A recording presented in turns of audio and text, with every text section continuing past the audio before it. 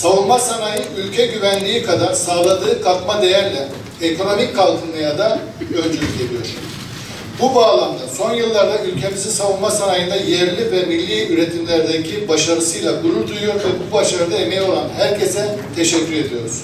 Savunma sanayinin tabana yayılması derken şu anda savunma sanayi projeleri portföyümüze baktığımızda yaklaşık 700'e yakın projemiz var ve bu projelerin toplam değerine baktığınızda kabaca 60-70 milyar dolar bandında da bir proje portföyü oluşabiliyor.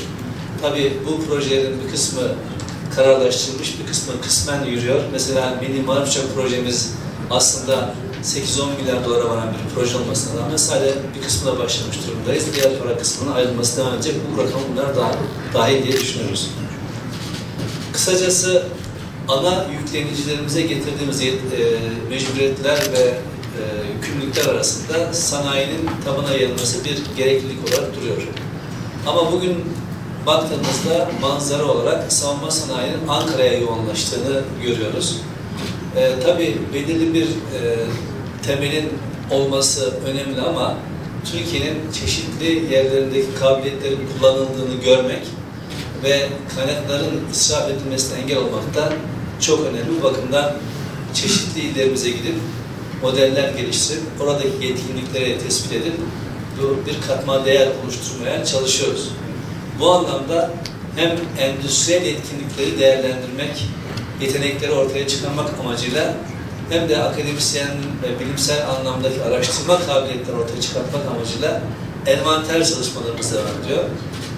Endüstriyel yetkinlikleri değerlendirdiğimiz bir yetkinlik değerlendirme ve destekleme programımız var. Ayrıca bir envanter oluşturma programımız var. Yeten dediğimiz bir programda envanter oluşturuyoruz. Hangi şirkette ne potansiyel var, şu anda yapılan işler neler, potansiyel olarak neler yapılabilir, hangi kabiliyetler hangi ölçüde var, bunun seviyesi nedir gibi tespit çalışmamız var. Buna yeten projesi diyoruz. Savunma sanayi yetenek envanteri. Yurt dışı bağımlılığımızın oldukça büyük ölçüde olması başka bir cesaret kırıcı faktör. O halde dedik ki biz Türkiye'den global ölçekte ve global ölçekteki firmalara hizmet veren ölçekteki firmaların çıkartılması ve Türkiye'de belirli odaklanmış alanlarda dünyada ilk birkaç şirket arasına girebilecek kabiliyetleri çıkartmamız lazım. O anlamda da şirketlerimizin yetkinliklerini değerlendirip desteklemek amaçlı bir değerlendirme programı başlattık.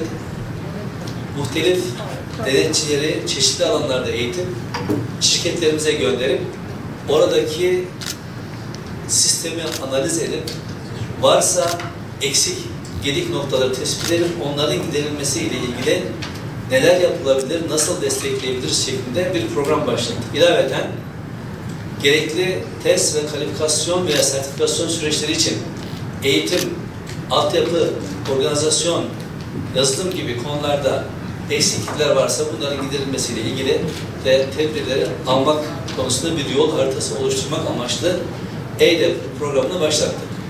Global firmalara alt yüklenici olacak yerli firmalar ve kendileri global ölçekte çeşitli alt sistemlerle ilgili dünyada belirli teknolojilerde yetkin ve belirli şekilde kalitesi ispatlamış firmalar oluşmasını istiyoruz. Bu anlamda hedefimiz dünya pazarı, sadece ve sadece savunma sanayinden de konuşmuyoruz.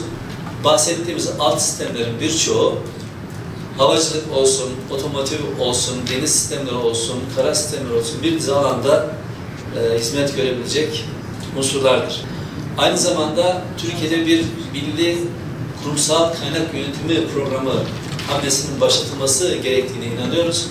İrili ufaklı firmalarımızın yabancı yazılımlar tarafından işgal edilmiş olması, kurumsal kaynak yönetimlerinin bağımlı hale gelmesi de bizi rahatsız eden bir konu.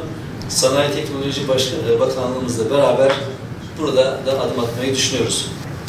Gaziantep aslında kendisi ve çevresindeki şehirlerle oluşan bir ekosistemde önemli katkılarda bulunabilir. Hatta işte tekstil gibi belki savunma sanayinde ilk planda akla gelmeyecek alanlarda bile çok yetkin ürünler çıkartabilir.